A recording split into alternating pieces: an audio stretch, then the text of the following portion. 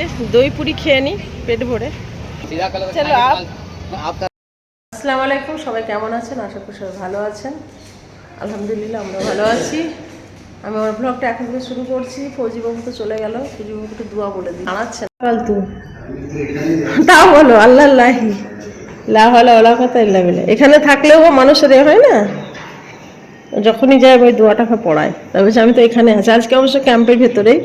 আজ ইন্সপেকশন আছে হাতিয়ার, তো ক্যাম্পের ভিতরেই থাকবে আজকে।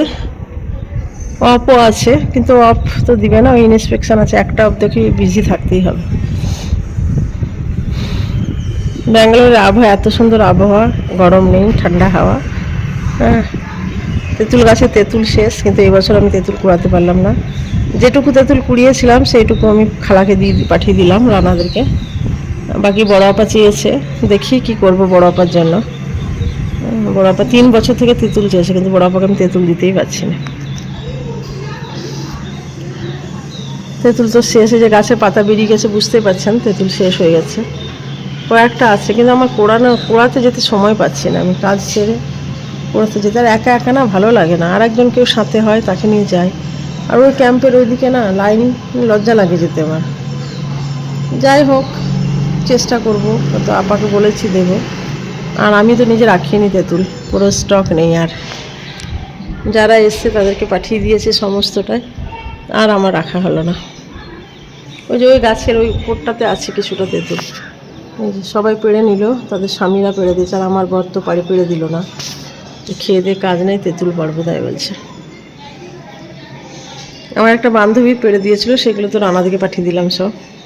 অল্প একটুখানি দিয়েছিল পেড়ে, ওর হাজব্যান্ড পেড়ে দিয়েছিল, ওই থেকে আমাকে একটুখানি দিয়েছিল, সেগুলো আমি রানাকে পাঠিয়ে দিলাম। রানার হাতে, রানার অবশ্য নিতে চাইনি, আমি দিলাম। এই যে আমার প্রতিবেশী গাছ লাগিয়েছে, কত সুন্দর। আমারও আছে, এই দুটো টব হচ্ছে আমার, এইটা আমার। গাছটা মরে যাচ্ছে বলে এখানে আবার প্রতিবেশী খুব ভালো পেয়েছি। দুটো প্রতিবেশী, দুটোই আমার খুব ভালো, এই আর কি। এই যে আমার এই প্রতিবেশীটা তো আরও খুবই ভালো। কোনো দিন একটা ছিল বিহার থেকে, বাপরে খতরনাক ছিল, মুসলিম বলে আমাকে দেখতে পারতো না। বাকি নেপাল থেকে এরা এসছে, খুব ভালো। জলি তো ঘুমাচ্ছে, ওই যে জলি এখনও ঘুম ভাঙছে না, জলির শুয়ে আছে। উঠো, গুড মর্নিং, চলো উঠো উঠো, খাবার খেতে হবে, অনেক বেলা হয়েছে। ঘুমই ভাঙছে না, ঘুমিয়ে থাকুক, আমি ওঠাই না, ওর ইচ্ছা মতো এ করে ওঠে ঘুম থেকে।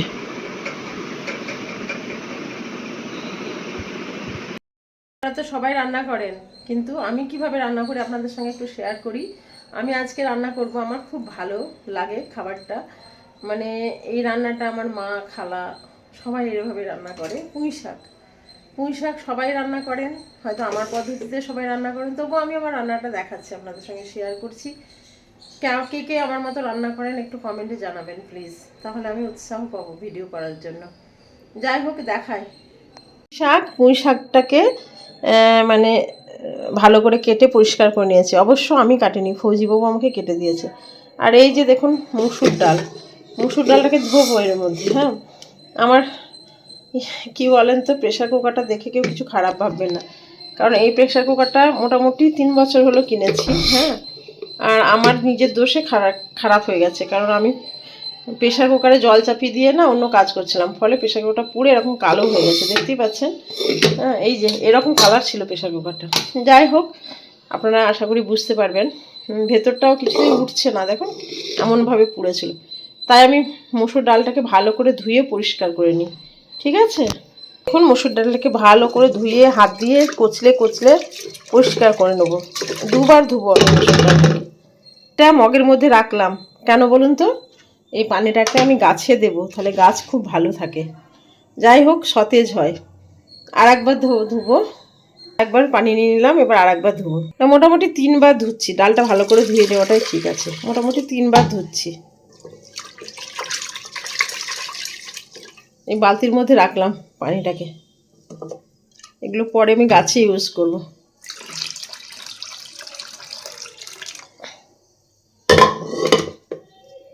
এই যে পরিমাণ মতো লবণ দিলাম, এই যে হলুদ দিলাম, একটু লঙ্কা গুঁড়ো দিই ঝালের জন্য। এই যে একটু পানি দিয়ে দিই, এই যে সরি পানি দিলাম। তারপরে দেখেন আদা রসুনের পেস্ট দিয়েছি। তারপর এই যে আমি দিয়েছি, ওটা আমি ক্যামেরাটা বন্ধ করে রেখেছিলাম, স্কিপ করা ছিল তো। তারপরে এই যে কুমড়ো ডাঁটা দিয়ে দিলাম, শাকটা। এরপরে প্রেশার কুকারে সিটি মেরে নেব, তিনটে সিটি মারবো। হ্যাঁ, 3টে কি 4টে এরকম সিটি মেরে নেব। আমার প্রেশার কুকারে যে কোনো 4টে সিটি লাগে। হ্যাঁ, তারপরে দেখবেন কত সুন্দর লাগছে। তারপরে একটু ঘেটে দিয়ে পেঁয়াজ, রসুন, শুকনো লঙ্কা দিয়ে ফোড়ন দেব। খেতে দুর্দান্ত লাগে। এইভাবে আমরা ছোটোবেলায় আমার নানি, দাদি, খালা, মানে সবাই এইভাবে পদ্ধতিতে রান্না করে, আমার মা। তো এই প্রসেসটা খুব ভালো লাগে। আর একটা প্রসেস জানি আমি, যেটা শুধু আলু, কুমড়ো আর এটা দিয়ে, কিন্তু এইটাও খুব ভালো, মানে খারাপ লাগে না, একবার করে দেখবেন আর কি। তা প্রেশার কুকারের ঢাকনাটা বন্ধ করে দিই। পানি তো আগেই দিয়ে দিয়েছি, এখন আর পানি দেবো না। আর কাঁচা লঙ্কা ফালি ফালি করে কেটে দেবো অনেকটা, একটু ঝাল ঝাল ভালো লাগে খেতে। এক ফোঁটা সর্ষের তেলও দিলাম, কারণ আর প্রেশার কুকারে না এও হয়ে যাবে, কি হয়ে যাবে, ফেনা ফেনা বেরিয়ে যাবে। এই যে এবার আমি প্রেশার কুকারের ঢাকনাটা সিটি দিয়ে নিই। যে দেখুন আমি এখন কিন্তু আমি এতে রান্না করছি, কিসে বলেন তো, এই ইন্ডাকশানে। কারণ গ্যাসের সমস্যা খুব, আমাকে একটা সিলিন্ডার 2800, কেউ বলছে 2600। যে লোকাল গ্যাস ব্যবহার করি, জ্যোতি গ্যাস, এই যে এই গ্যাসটা। হ্যাঁ, আমার প্রতিবেশী খুবই ভালো, সে আমাকে ওই যে গ্যাসের যে রেট, সরকারি রেট, সেই রেটে আমাকে দিয়েছে। একটা সিলিন্ডার দিয়েছে, সেই জন্য আমি এখন একটু বাঁচিয়ে বাঁচিয়ে রান্না করছি। এখন সিটি পড়ুক, ততক্ষণ আমি মাছের ঝোলটা করব। আজকে তরকারি হবে আমাদের মাছের ঝোল, পুঁই শাক ডাল দিয়ে মাছের ঝোল, হালকা গ্রেভি করব, আর পেঁপে ভাজা করব। আজকে আমাদের এই তরকারি।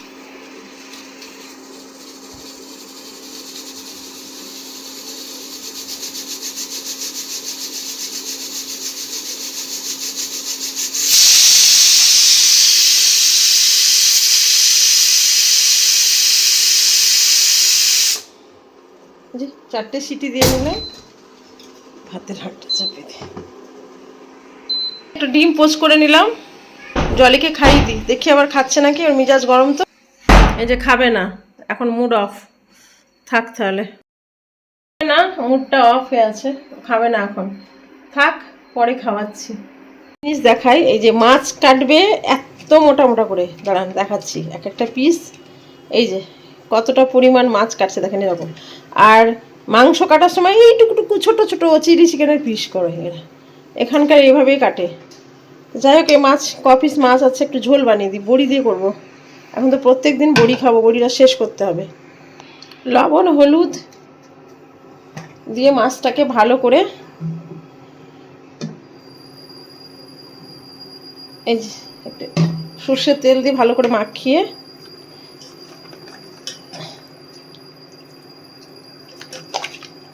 পানি আছে গো, পানিটা ভালো করে ফেলিনি, হলুদটা ভালো করে লাগবে না, আমি আবার মোবাইল ধরতে পারি না।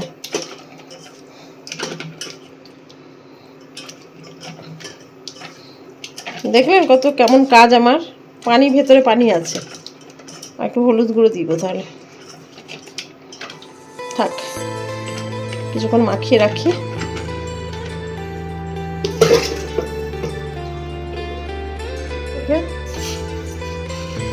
এসব পেশেন্টকে নিয়ে চলা খুব মুশকিল।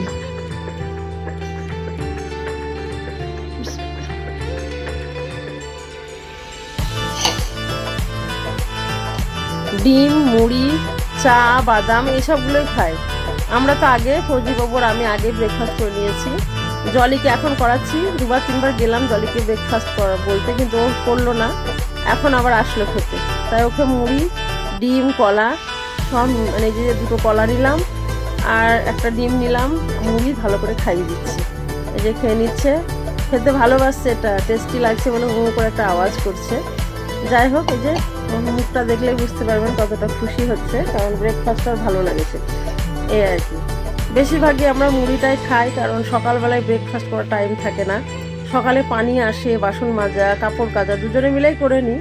কোনো দিন ফৌজিবাবু করা, আমি ঘুমিয়ে থাকি, আবার কোনো দিন আমি করি। হ্যাঁ, ফৌজিবাবু যখন ডিউটি যায় এইভাবে আমাদের চলছে, এই আর কি। জলিকে পানিটা খাইয়ে দিলাম, সমস্তটা কিছু করিয়ে দিতে হয়। ওই জলিকে যদি খেতে দিই না নিজে নিজে পুরো ছড়িয়ে দেয়, আর অনেকটা করে মুখের মধ্যে নিয়ে যায়, ফলে গলায় বেঁধে যাওয়ার একটা ভয় থাকে, আর চারিদিকে ছড়িয়ে দেয়, বলে কাজটা আরও অনেক বেড়ে যায় আমার, সেই জন্য আমি খাইয়ে দিই, এই আর কি। এই যে হয়ে গেল খাওয়া। ওই কাজের ফাঁকে ফাঁকে, রান্নার ফাঁকে ফাঁকে জলির সেবা করে নিই, হ্যাঁ, টুকটাক টুকটাক করে জলের সেবা মানে করতে হয় ফাঁকে ফাঁকে আর কি, তাছাড়া কোনো উপায় নেই। এবার হাতটা ধুয়ে দিলাম, এবার বলছে মুছে দেওয়ার জন্য, তো আমি গামছা আনতে দূরে চলে গেলাম। এই যে তাওয়ালিটাকে নিয়ে ওর হাতটা মুছিয়ে দিলাম। কাজ সম্পূর্ণ হলো আমার, জলিকে খাওয়ানো। এবার বাকি রান্নাগুলো সেরে নিই। জলিকে খাওয়াতে গিয়ে কি হয়েছে, তেলটা অনেকটা পুড়ে গেল। মাছটা ভাজে, কড়াইটা তেলটা গরম করতে গিয়ে জলকে খাবে, হাজার রকম মাথায় এ হলো ঘোরে, বলে এক কাজ করতে করতে আর এক কাজে চলে যায়, এরকমই হয় আমার সঙ্গে। আবার একটা মাথায় ঘুরছে, দুধ নিচে দিয়ে আসতে হবে, দুধের জায়গাটা, দুধওয়ালা চলে আসবে। ফৌজিবাবু আসলো, দুধের জায়গাটা দিয়ে আসে, অনেক কাজে হেল্পফুল আমি, আমি চিন্তা করছি না। আর এই যে দেখুন আমার ক্রিম এসছে মাথা, গাড়ি আবার পরিষ্কার করবা সকালবেলা, সকালে করলে আগে ফাঁকে ঢুকিয়েছো তাহলে। এই যে দেখুন অ্যামাজন থেকে কিনেছি, এটা কত দাম লিখো রাজার বাবা? 3,000 টাকা দাম নিল, আমার 1 বছর চলে যাবে। এই যে এ করেছি না, বাইরে পড়ে নাই তো, কালকেও বলছিলাম কালো স্পঞ্জ, স্পঞ্জ দিয়ে কোথায় পেলে? এই যে 1000 লিটার 3-in-1 মাস্কটা, শ্যাম্পুটা অনেক আরও দাম পড়ে যাচ্ছিলো, বললাম শ্যাম্পুটা এখানে 300 ml-এরটা এখানে কিনে নেবো কোনো দোকানে গিয়ে। এই যে চুগলে তাই এ করেছিলাম ন্যানোপ্লাস্টিয়া, এত খরচ দেখেন, কেন যে করলাম, মানে কী করবো, ফৌজিবাবুর জন্য সব কিছু করা, স্টাইল না করলে তো ভালোবাসবে না, এই যা যুগ পড়েছে। হ্যাঁ, পরকীয়ায় ভরে গেছে দুনিয়া, তাই নিজের বউকে স্টাইল করতেই হবে স্বামীদের মন পাওয়ার জন্য। ঘরোয়া মেয়েদের পছন্দ না, স্টাইলিস্ট, জিন্স বালি পছন্দ। দাঁড়া দেখছি দেখছি এটার কি অবস্থা, ভালো করে ঘেটে দিচ্ছি।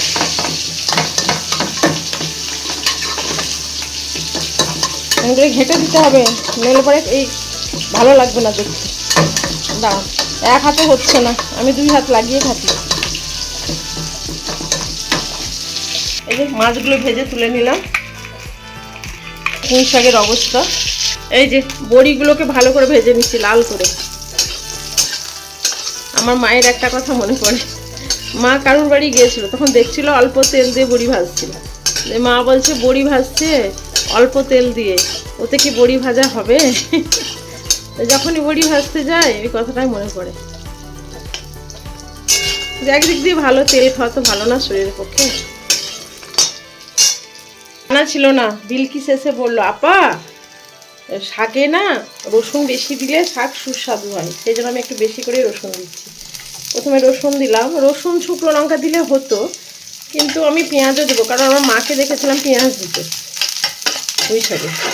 আগে রসুনটা লাল করে ভেজে নিই, তারপর পেঁয়াজ দেবো, নইলে কী হবে, পেঁয়াজটা আগে জলে ভেজে ভাজা হয়ে যাবে, রসুনটা ভাজবে না, তারপর শুকনো লঙ্কা দেবো।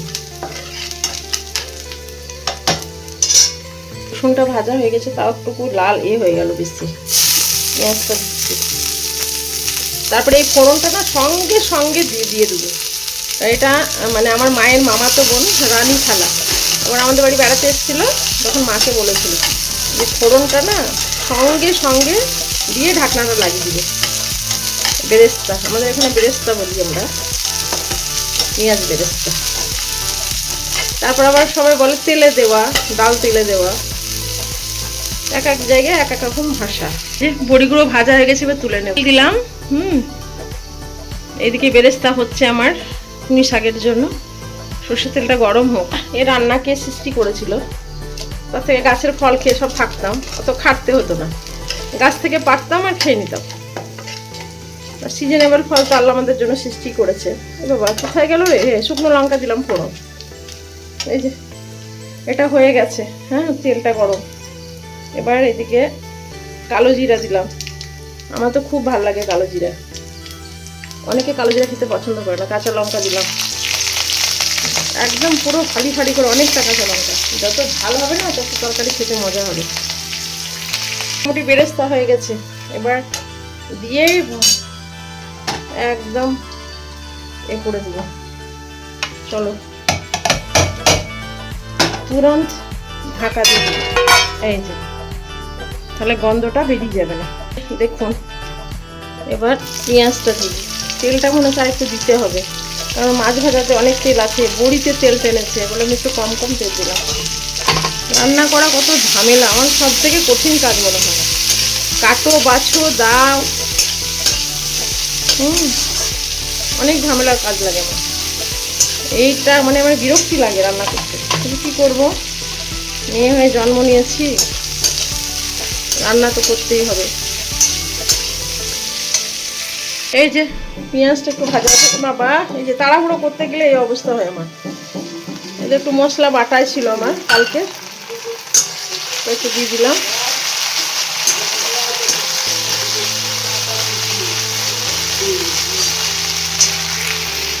বাটা এই মশলা দেওয়া এগুলো আমার অনেক ই লাগে, খুব বার্ডেন লাগে। একটু হলুদ গুঁড়ো দিয়ে দিলাম। এই মশলার মধ্যে ছিল জিরে, ধনিয়া, গোলমরিচ, আদা, রসুন দিইনি, এটা বাটাই ছিল আমার। যেহেতু আমি দেবো চিনি দিদি, টক থাকবে তখন, টমেটো দেবো তো, এই যে টমেটো বাটা দিয়ে দিই। গ্যাসের ফ্লেমটা বাড়িয়ে দিই।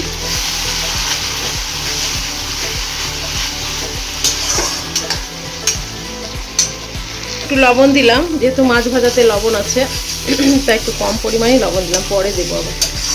ভালো করে কষিয়ে নেব মাছ।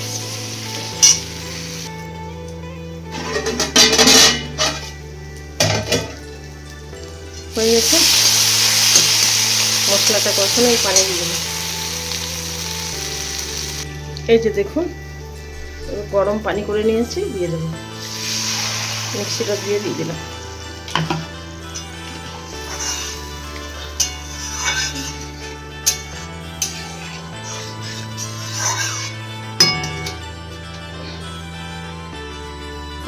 আমাকে সময় কম দেয়, সংসারে বেশি সময় দেয়। গাড়ি পরিষ্কার করে আসলো, হাতিয়ার ইন্সপেকশন করে আসলো, হাতিয়ার পরিষ্কার করে আসলো, ছেলের গাড়ি, নিজের গাড়ি, গাড়িও পরিষ্কার করা হয়, বৌদিদের সঙ্গে নজরও মেলানো হয়। সব গাড়ি পরিষ্কার না, আমি সব বুঝতে পারি, কিন্তু কিছু বলি না অশান্তির ভয়ে। ওই ব্যালকনিতে বৌদিগুলো সব বেরোবে কাপড় মেলতে, যেই দেখবে বৌদিটা এখানে আছে তখন বলবে মলে আমি গাড়িটা পরিষ্কার করে আছি। আরে আমি সব জানি, কিছু বলি না, করে নাও, ক বছর করবে, আসে আমার কাছে আসতে হবে, কোনো বৌদি সাথ দেবে না। কাটছি উঠে গেছে, এবার দিয়ে দিই। আগে বড়িগুলো দিই, বড়ি দিয়ে মাছ দিয়ে রান্না করলাম রাজা বাবা। কমেই গেল, পেঁপেটা কাটতে কাটতে পানিটা গেল কমে, কারণ বড়ি সেদ্ধ করতে পানি দরকার, গরম পানি নাই। গ্রেভি করবো না, দূর বাবা, অভ্যাস নেই, নতুন মডেল শিখেছি, হাতে অভ্যাস, সারা জীবন হাতেই রান্না করে এলাম, এখন আবার নতুন ফুটে আনি। বড়িটা দিয়ে দিলাম, ঝোলটা একটু কমেই গেল, থাক। খাও, হাত লাগাবো না একবারে, নাহলে আমি তো খাই দিচ্ছি। হাত ধুবে না, কিছু না, বলে দেখতে সুন্দর তাই বলে। আমি তোমার থেকে দেখতে সুন্দর না, কিন্তু আমি পরিষ্কার পরিচ্ছন্ন খুব,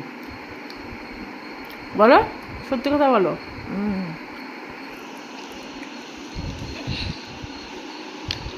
ভালো, কি মিষ্টি গো, ভিডিও করিস না এমনি, হেভি মিষ্টি, বলো গাছ পাকা না। Thank you. তুমি ব্যাঙ্গালোরে পেঁপে, আম, জলি জলি আসবে না, আরে পেঁপে খাগা, বুঝলি আই কেন রে আরে পেপা খাই বুঝলি দিও এর খুব নখরা আসো কানে গো পিয়ুষ পিয়ুষ বলছি জলি আসো আসো খাও খাবে না বলছে লে যা যে খাবে তাকে খাওয়াও জলি জলি করতে হবে না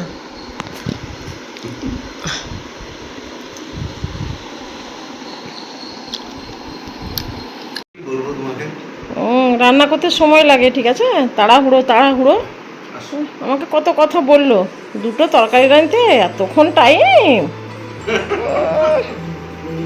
কত কি শুয়ে দিই টেস্টি করার জন্য ওইটা না তো কিছু দিই মাছে কম টাইম লাগলো মা বুড়ি দিয়ে মাছটা খেয়ে দেখো তারপর বলবা আগে দাও তবে তো বলবো সত্যি পয়সা থাকলে একটা রোবট কিনে দিতাম তোমাকে আমি বিশ্বাস করো টাকা নাই যে কোথাতে কিনবো এই যে রান্না বান্না খাওয়া দাওয়া সব কমপ্লিট হলো রান্নাঘর মোছা হলো এই যে এবার জলিকে চান করানো ও করতে চায় না না আমরা সকালে চান করে নিয়েছি জলি যখন পানি আসে তখনই আমরা চান করে নিই জলি এবার করবে না জলি একটু দেরিতে উঠেছিল জলিরও করিয়ে দিই কিন্তু আজ ঘুম থেকে লেট করে উঠেছিল এই চলো জলি এ জলি চান করবো চান চান চলো ওর ইচ্ছে দেখি নিয়ে যাই তো ভালো কথা না সে বিকেলে আবার চান করাতে হবে এই যে অবশেষে চানটা করলো এবার মুখে একটু ক্রিম মাখিয়ে দিই চুলটা ছেড়ে দিই আগে খাই দিয়েছি ফজিবাবু খেতে বসেছে তখনই খাই দিয়েছি সেই সব ভিডিও আর নিইনি অতটা ডিটেলসে দেখানো যায় না তো চলো ময়েশ্চারাইজার মাখো তবে তো স্কিনটা সুন্দর থাকবে সুন্দরী বুবু আমার রেগে আছে চোখ মুখ দেখছো কেমন করছে রাগে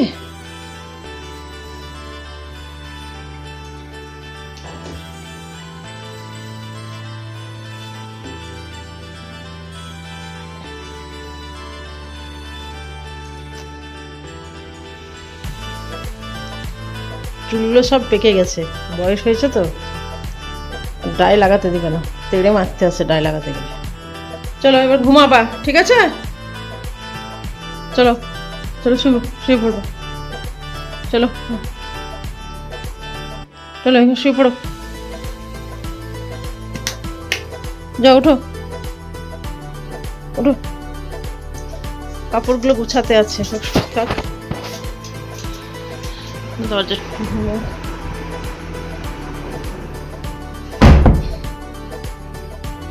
প্রতিবেশী আছে বাপরে 3টে থেকে শুরু হয়ে গেল গোল টেবিল রাত 9টা অবধি আর এত আওয়াজ করে কি বলবো সবাই নয় এই যে ওদের গোল টেবিল শুরু হয়ে গেল এই আর কি বললেই রাগ তখন আমরা কিছু বলি না একদিন ফজিবাবু বলেছিল মানে এত আওয়াজ করে আমরা ঘুমাতে পারি না যাবে হয়তো মানে দুপুরবেলায় যে একটু ঘুমাবো তার জন্য এত আওয়াজ তার সঙ্গে জলই এত অত্যাচার করে ওদের আওয়াজে জলই অত্যাচার করে আওয়াজ দিতে পারে না জলি যাই চা করি বলে চা করো চা করি জলি ঘুমিয়ে গেছে না দিয়েছি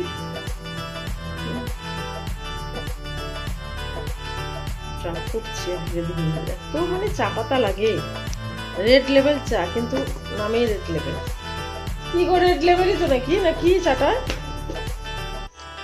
ব্যাপার না অন্য কিছু হতে পারে টাটা মনে হয় টাটার চা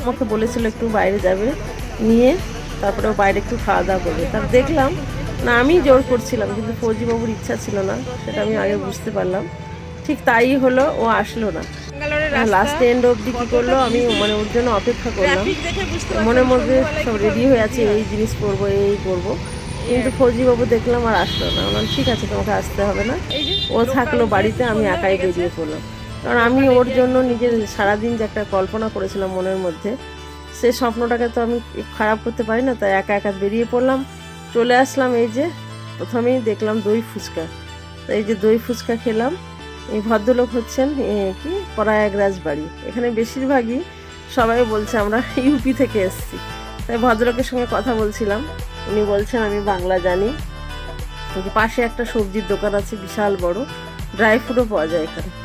এই যে দই ফুচকা সাজিয়ে দিচ্ছেন উনি আবার আমাকে বলে দিচ্ছেন ছবিগুলো নিয়ে নিন, তাই বলছি 50 টাকা, 30 টাকা, 40 টাকা, দেখতেই পাচ্ছেন। এনারা দুই ভাই, এর ওই আগে আর একটা 2 কদম গিয়ে ওখানে একজন থাকেন, উনিও বিক্রি করেন ফুচকা, এই আর কি।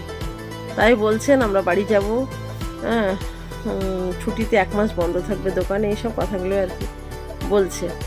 তাই উনি দই ফুচকা বানিয়ে দিলেন, এবার আমি খাবো, এই আর কি। 1 প্লেট 50 টাকা নিল। दूर पड़ेगा इससे। ओ उधर कोई रिक्स तो नहीं है अकेला जाने में? रिक्शा नहीं है, पर ऑटो में जाते हैं, पैदल जाने के बहुत दूर पड़ेगा। ओ तो अगले दिन ही जाएंगे। 5 किलोमीटर पड़ेगा। हाँ, ठीक है, फिलहाल आपकी इस पे दही पूरी खा लेते हैं, हमको सिर्फ कंटेंट बनाना है। दही पूरी खेয়ে নি পেট ভরে। सीधा कलर चलो आप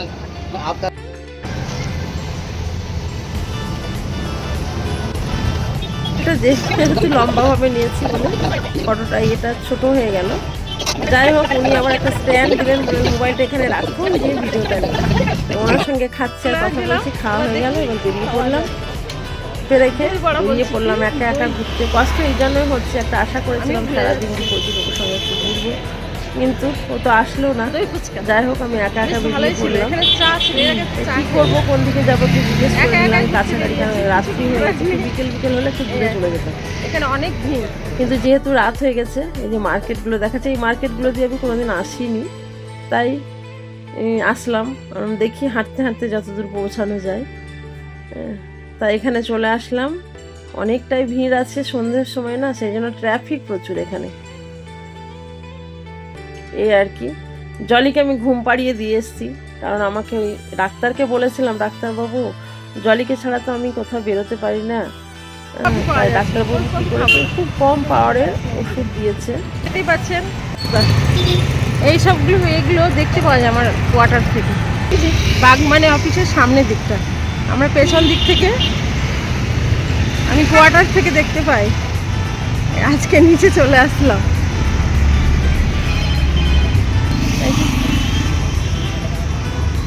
তো বিয়ে শাদী করতে হবে না, পড়াশোনা কর, চাকরি কর। আজকে পস্তাচ্ছি, মা ঠিকই বলতো, চাকরি করলে নিজের স্বাধীন না। কত মেয়েকে দেখছি অফিস থেকে যাচ্ছে, কি মজা লাগছে দেখি। বেশি দূর একা একা তো ভয় লাগছে, এবার বাড়ি চলে যাই। যাই একটুকু নেওয়া হলো ভিডিও, আর কিছু খাওয়া যায় নাকি দেখি।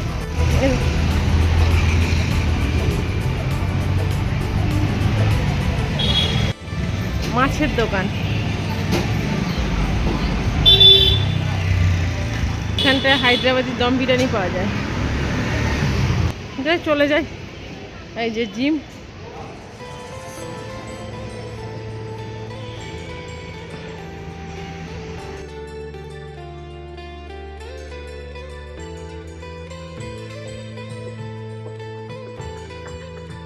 ভেতরে ঢুকে গেছি, ব্যাস একটুখানি ঘুরলাম, দই ফুচকা খেলাম, বাড়ি চলে আসছি। একটাই কথা গান মনে পড়ছে, যদি তোর ডাক শোনে কেউ না আসে তবে একলা চলো রে। তাই কারুর অপেক্ষা করব না, এখন নিজেকেই ভালোবাসবো, নিজেই আনন্দ উপভোগ করব, নিজে হাসবো, ঘুরবো ফিরবো, খাবো দাবো, ব্যাস কারুর জন্য আর অপেক্ষা করব না। দীর্ঘ 27 বছর ধরে এইভাবে কাটিয়ে দিলাম, শুধু অবহেলাই পেলাম, আর কিছু না, এই আর কি। এই যে চলে আসলাম, মনের মধ্যে কষ্ট হলেও মুখে হাসি ফুটাতেই হবে, হ্যাঁ, তাছাড়া কোনো উপায় নাই, তবে বাঁচতে পারবো, এই আর কি। একা একা ঘুরে চলে আসলাম, এই হলো আমার জার্নি। হ্যাঁ, আপনাদেরকে যতটুকু পারলাম শেয়ার করে দেখালাম। যদি ভিডিওটা ভালো লাগে তাহলে একটা লাইক দিয়ে দিবেন অবশ্যই। তাহলে আজকের মতো আল্লাহ হাফেজ।